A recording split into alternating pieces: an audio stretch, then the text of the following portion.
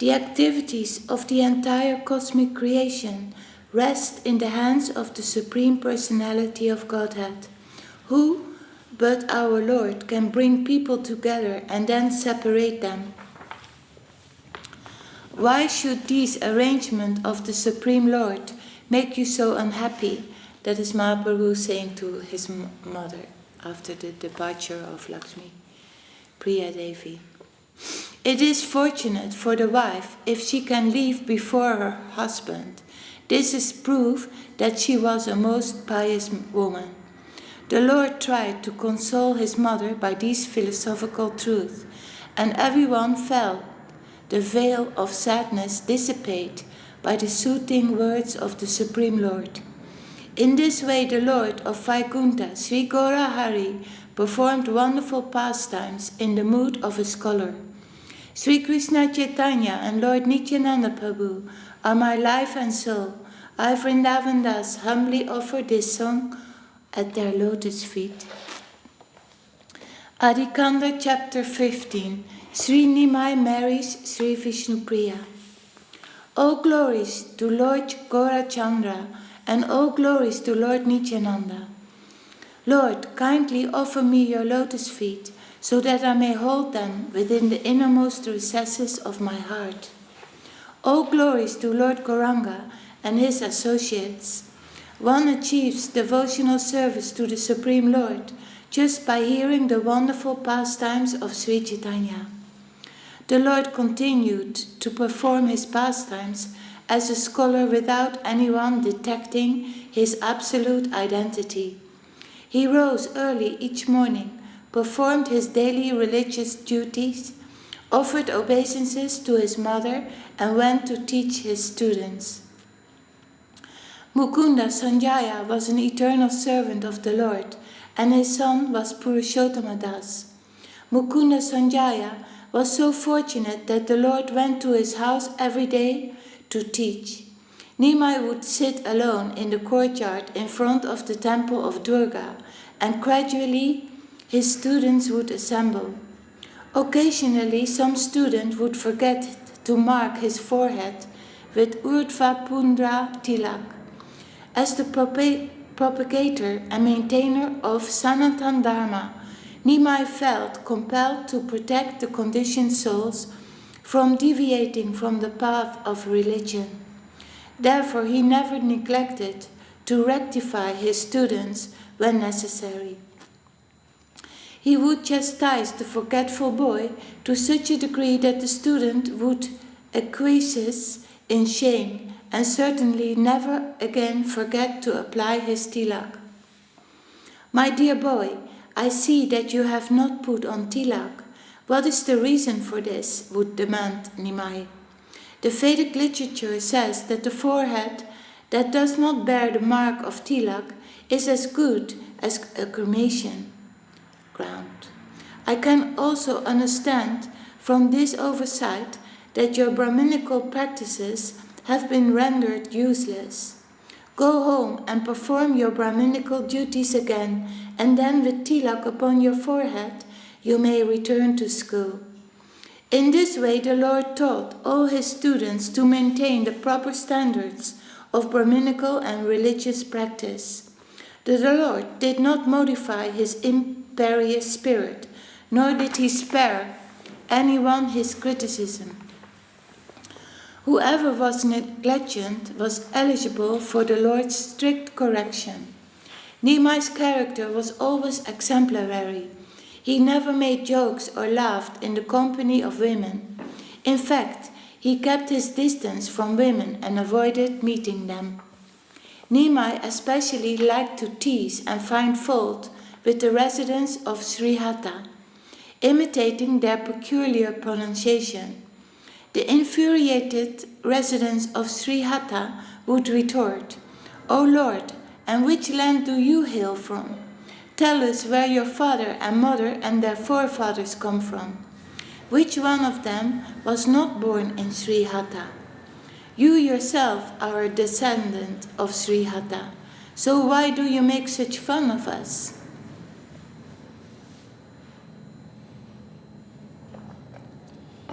The more they tried to chastise the Lord, the more fun he had imitating their pronunciation and making jokes at their expense. It required little provocation to infuriate them further, and occasionally one of them would chase the Lord with pusillanimous intentions. The chase was usually futile, for the Lord could not be caught easily, and ultimately the angry fellow would simply stomp the ground in frustration and shout invectives. Occasionally someone managed to capture Nimai and drag him to the local Muslim magistrate to register a complaint. His friends would arrive in time to pacify the angry parties and reach some mutual understanding. The Lord would also search out the house of a person from East Bengal. He would break in, destroy the foodstuffs, and run away laughing in mock fear. In this way he created havoc in Navadvip, but he never had any incident that involved women. He never even looked at a woman. In this incarnation the Supreme Lord did not even hear the word woman. Therefore those realized souls who are fixed in the scriptural conclusions never glorify Lord Chaitanya as Gauranga Nakara, the Lord in the mood of a paramour. Although every kind of eulogy is applicable to the Lord, knowledgeable, pure devotees offer glorifications in accordance with the nature that the Lord manifests in a particular incarnation. In Navadvip, the Supreme Personality of Godhead was Nimai Pandit, the scholar. The Lord of the Vaikuntha planets enjoyed his transcendental activities as a teacher in the house of Sri Mukunda Sanjaya. All his students sat around him and he taught them with great pleasure. Sometimes he pretended to have a headache and ordered medicated oil massaged into his head. Then he would continue his discussion, submerged again in his innate spirituality. From early morning until afternoon, he taught his students and then went to the Ganga for his bath. Then again, from early evening to late evening, he continued his discussions and teaching. If any student studied under Nimai for a year, he left his tutelage as a full-fledged scholar, well versed in the scriptural conclusions. While the Lord was absorbed in his activities, Sachimata constantly thought of the Lord's remarriage. She searched all of Navadvip for a daughter-in-law suitable for her Nimai. Sri Sanantam Mishra was a pious and charitable Brahmana, a benevolent and pure-hearted devotee of Lord Vishnu. He lived in Navadvip and engaged himself in serving guests and assisting less fortunate people. Born of a noble family, he was truthful and self-controlled. As a scholar, he had earned the title Raja Pandit, and as a wealthy gentleman in Navadvip, he personally maintained many needy people.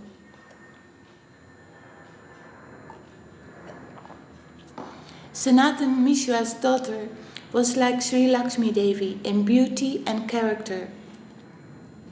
As soon as Sachimata saw her, she was convinced that this girl was the best choice for her son's wife. From early childhood, the young girl bathed regularly in the Ganga, 2 or 3 times a day. She was dedicated and obedient to her parents, and she had no interest other than devotion to Lord Krishna. Every day, when she met Sachimata at the bathing ghat by the Ganga, she humbly offered her respects. Sachimata reciprocated and blessed her, saying, "May Krishna bless you with a suitable husband." However, as Sachimata bathed, she thought, "This girl should marry my son."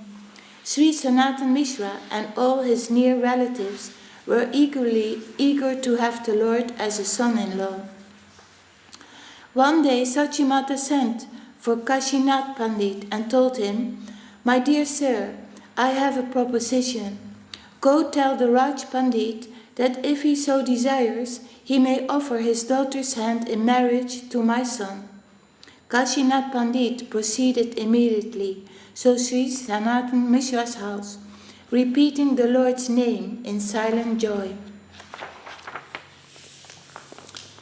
When the Raj Pandit saw Kashinath Pandit at his door, he immediately offered him a seat with due respect.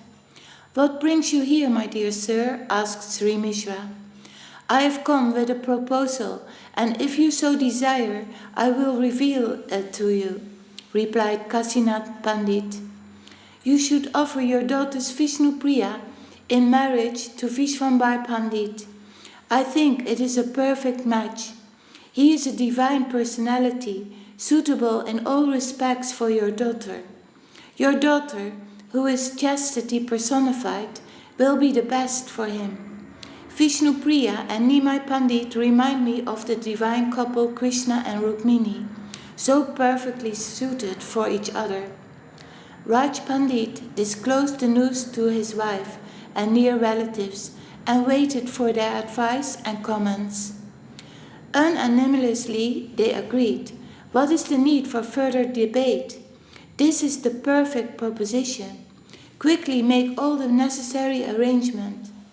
The Raj Pandit happily replied to Kashinath Pandit, "I have decided to marry my daughter to Vishwambar Pandit, so proceed with all the arrangements. The Supreme Lord so desires. My family and ancestors will be greatly blessed by this marriage of my daughter. Kindly go to their house and inform them of everything. I am fully in favor of this marriage." Sri Kashinath Pandit was extremely satisfied with the outcome of his mission, and he promptly told Sachimata everything that had transpired. Sachimata was relieved that everything had gone smoothly. Without wasting further time, she began the preparations. Nimai's students were jubilant when news of his marriage reached them. A rich gentleman named Buddhimanta Khan immediately offered, "I shall bear the cost of the entire marriage."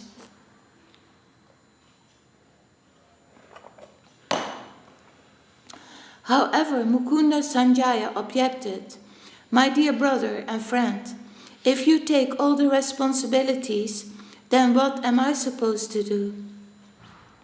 "Listen, my dear friend," said Buddhimanta Khan, "I will not allow this marriage to become another poor Brahman's wedding. I will make such arrangements for Nimai Pandit's wedding that everyone will think a great prince is getting married." Adivas, an important ceremony before the day of the marriage, was held at an auspicious time amidst great joy and festivity.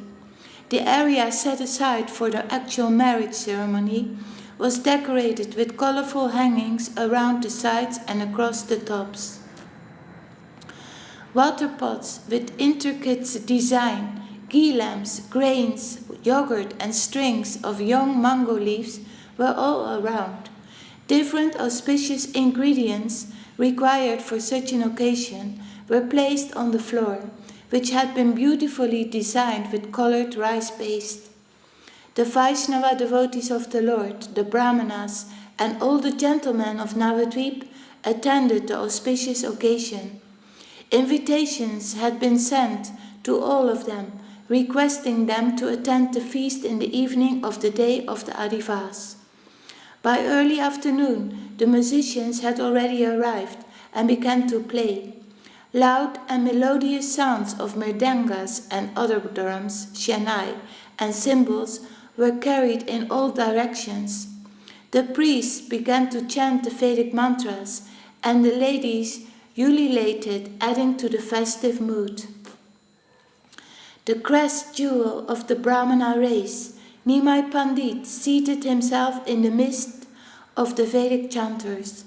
The priests and the Brahmanas around him felt a surge of joy in his presence. Different objects required to formally receive the guests were brought to Nimai Pandit.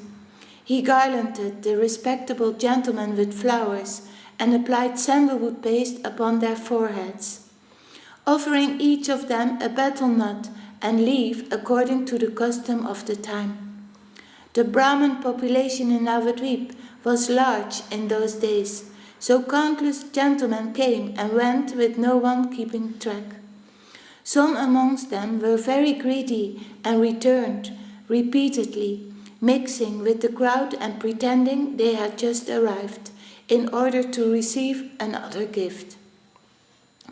Having received invitations, people came from distant localities and were unknown to each other. But despite such anonymity, there was a strong festive spirit. The Lord was in a joyful mood, and he played the perfect host. Give all the flower garlands, sandalwood paste, and other gifts to the guests at least 3 times, ordered Nimai. Do not think about the cost, just give freely to everyone. The greedy Brahmins, who were endeavoring to take the free gifts several times, were suddenly checked and felt ashamed because of the Lord's generosity. The Brahmanas are dear to the Lord, and he wanted to protect their religiosity. Some men were committing offenses by deceitfully collecting extra gifts. Therefore, he gave the instruction to give the gifts 3 times to any person.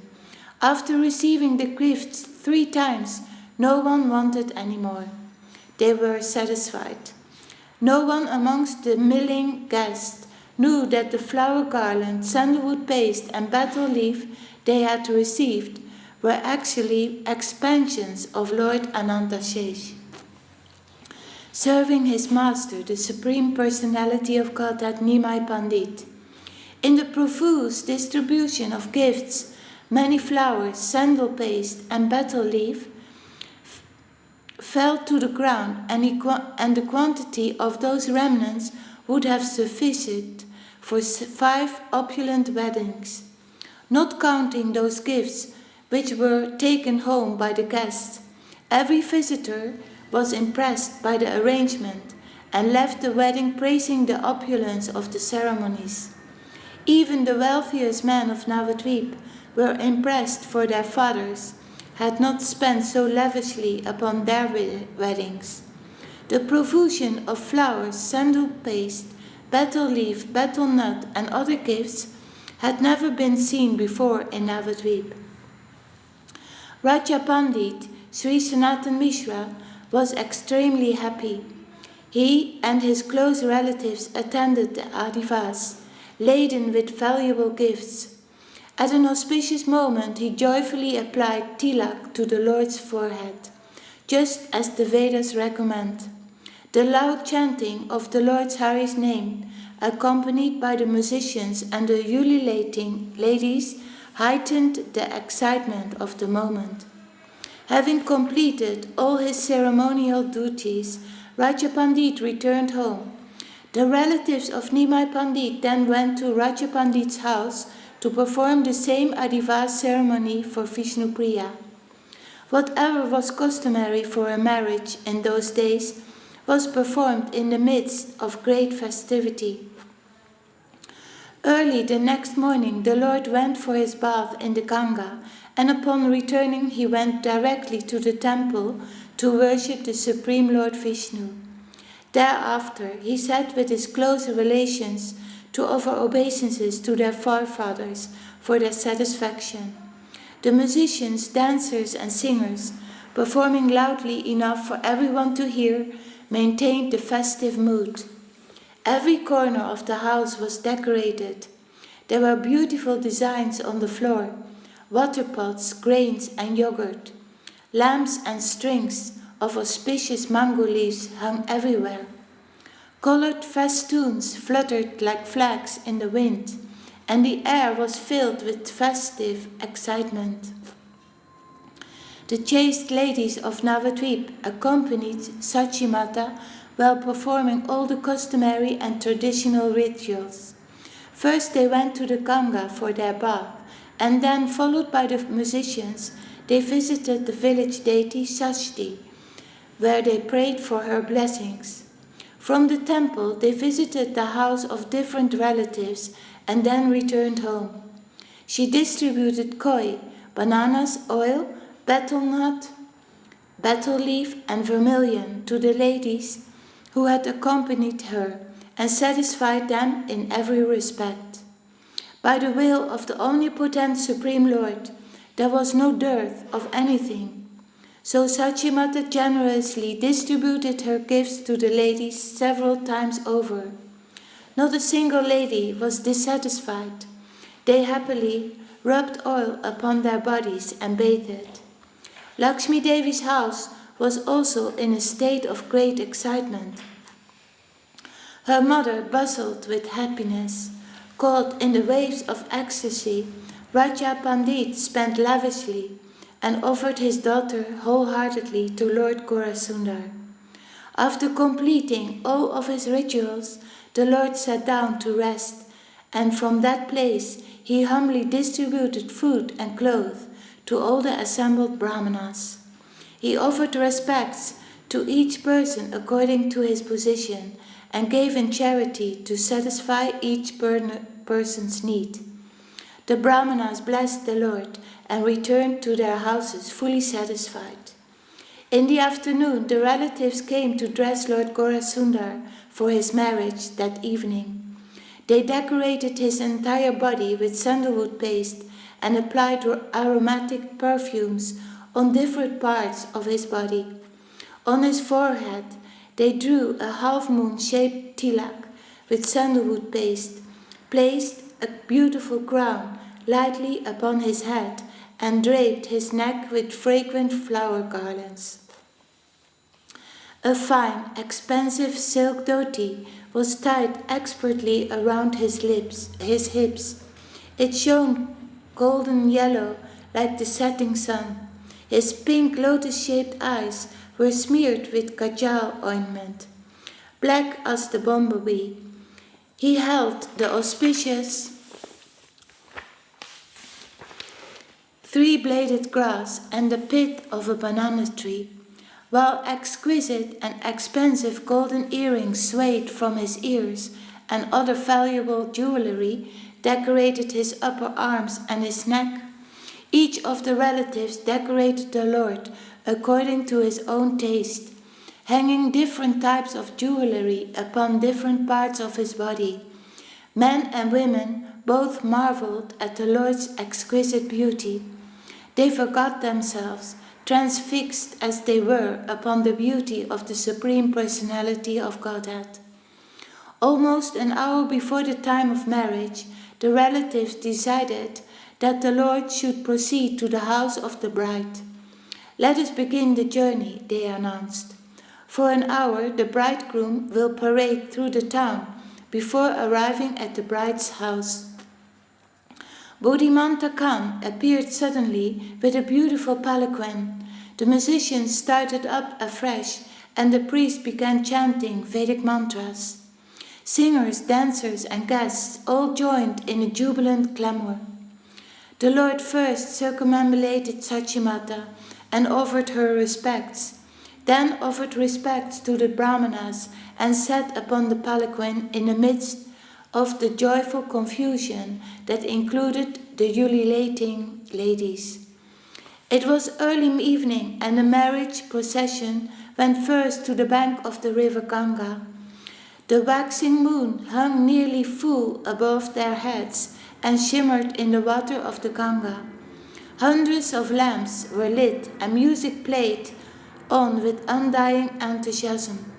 In front of the Lord's palanquin were 2 long rows of Sri Bodhimanta Khan's estate employees, followed by the festoon holders bearing colored flags. In their midst were the jesters, joking and evoking laughter. There were a variety of dancers performing many different dance styles, while the countless musicians played at least 5 kinds of drums, cymbals, conch shells, flutes, bells, kettle drums, and a variety of horns. Excited young children danced amongst the musicians and caught in the festive atmosphere. Even older people abandoned their reserve and joined the children, while the Lord smiled at the happy sight. The procession stopped for a while on the bank of the Ganga, singing, dancing, and happily playing the instruments before proceeding to the bride's house. After offering flowers to Mother Ganga, the entire procession turned towards town. Whoever witnessed the parade was struck with wonder at its opulence. I have seen many extravagant marriages, but I have never witnessed anything like this one before, said one person. The residents of Navadvip were fortunate to see the Supreme Personality of Godhead in person as he swayed past them upon his palanquin. The Brahmanas, who had beautiful unmarried daughters in their homes, all lamented. It is a great pity and certainly my misfortune that I could not give my daughter in marriage to this handsome young man. Now what can I do? I offer my obeisances at the feet of all the residents of Navadvip, who witnessed this transcendental joyful pastime of the Lord. After the procession had passed through all the different localities of Navadvip, they arrived at the house of Sri Sanatan Mishra, the Raj Pandit. Everyone came out of the house, ululating and making other sounds of welcome for the procession. Raja Pandit came forward to receive the Lord from the palanquin. He helped him step down and then took him inside, where a seat had been prepared. The joy Raja Pandit felt was indescribable, and the love and respect he felt for the Lord was visible on his face as he escorted Nimai Pandit into the house. He showered flowers on the Lord as a blessing and welcome.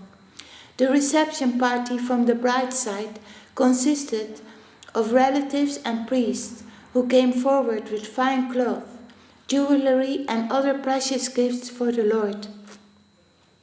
The bride's mother placed the auspicious three-bladed grass upon the Lord's head and then worshipped him with a 7-wick ghee lamp.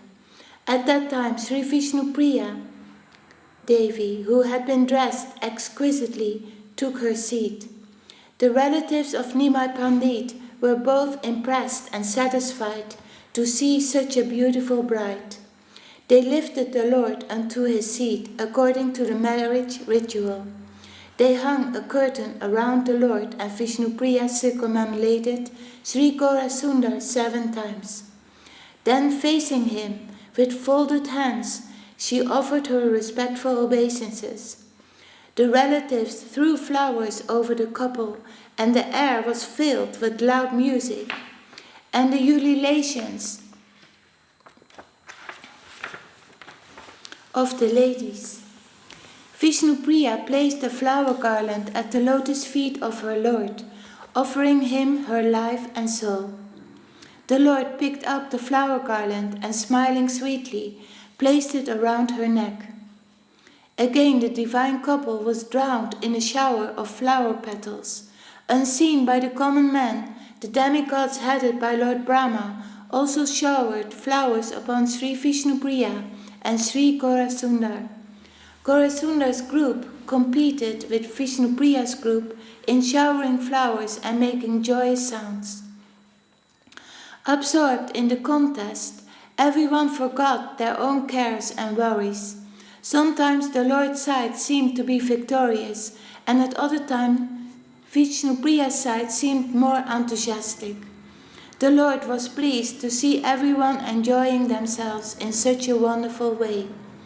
Thousands of lamps shed bright light everywhere, and the loud and joyous sounds of song and instruments filled the sky.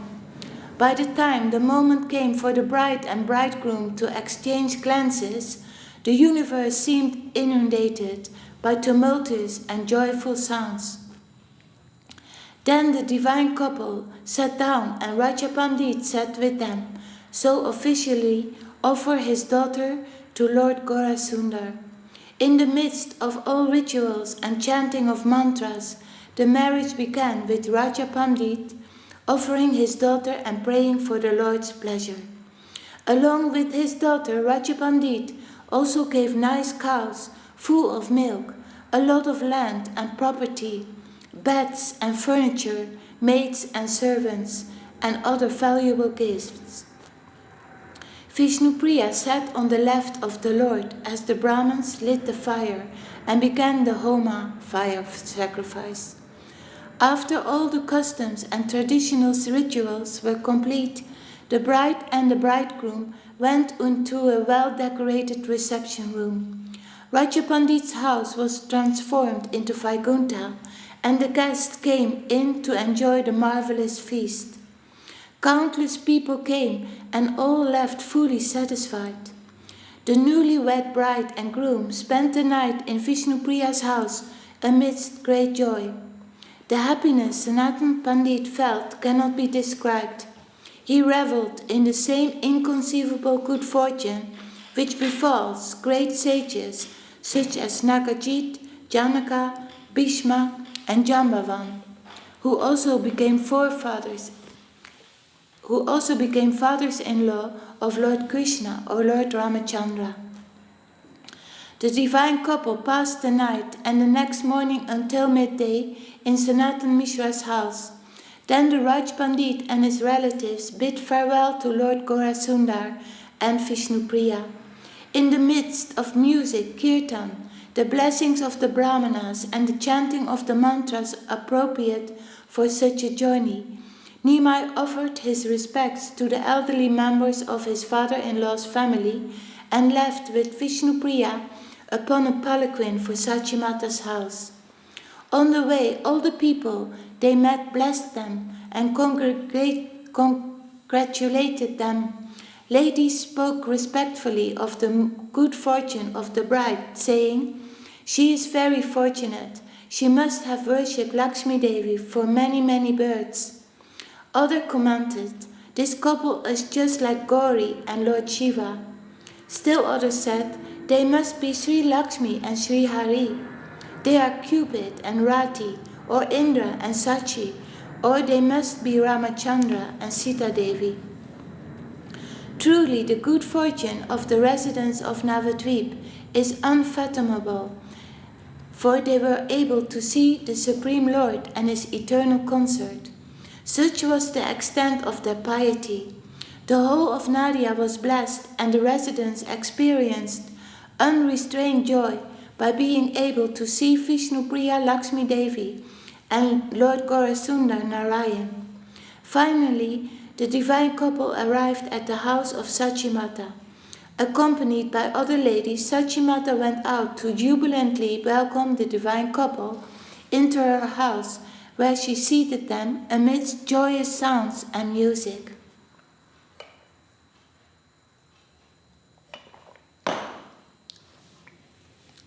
How can one express the joy of Sachi Mata and everyone else felt at the presence of Vishnupriya and Gora Hari? So magnanimous is the Supreme Lord that one becomes completely free from all sinful activities and their reactions just by looking at the transcendental luster of the Lord. Amanda Swarupini, can you turn the camera to Map a bit? Moreover, one becomes eligible to enter the Vaikuntha planets of the spiritual sky. Everyone from all walks of life could see the Lord and his spiritual effulgence.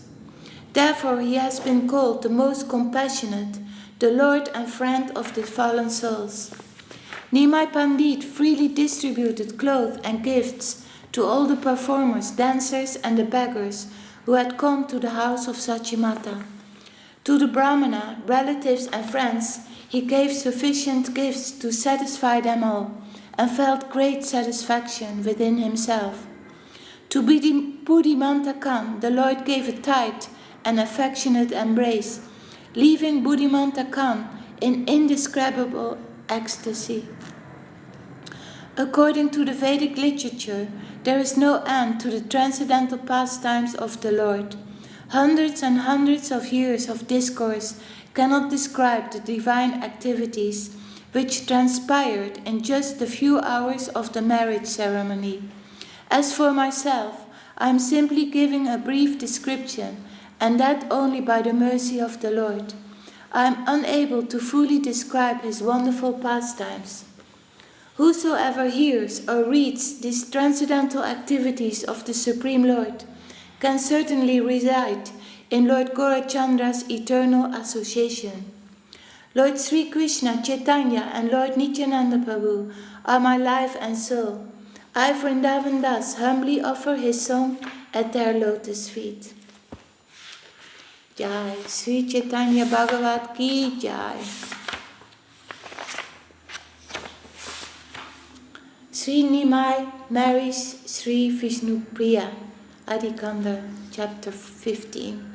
Sri Vrindavan Das Thakur Ki Jai, Sri Chaitanya Bhagavat Ki Jai, Sriman Sarva Bhavana Das Ki Jai, Jai Srila Gurudev. Would you like to read?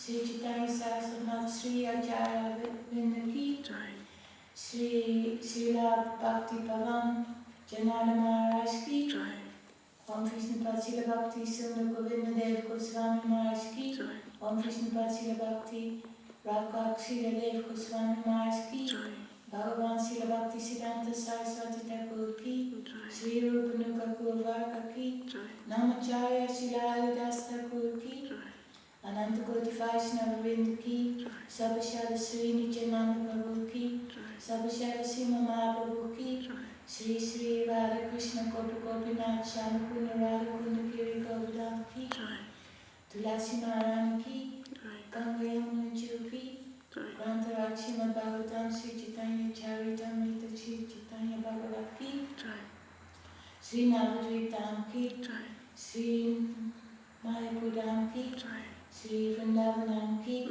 Sri Purushottama Dham ki, Jagannath Baladev Subhadra Jyot ki, Samveta Gaura Bhakta Vrinda ki, Harinam Sankirtan ki, all glories to the assembled devotees ki, all glories to the world devotees ki, Nitai Gaur Premanande.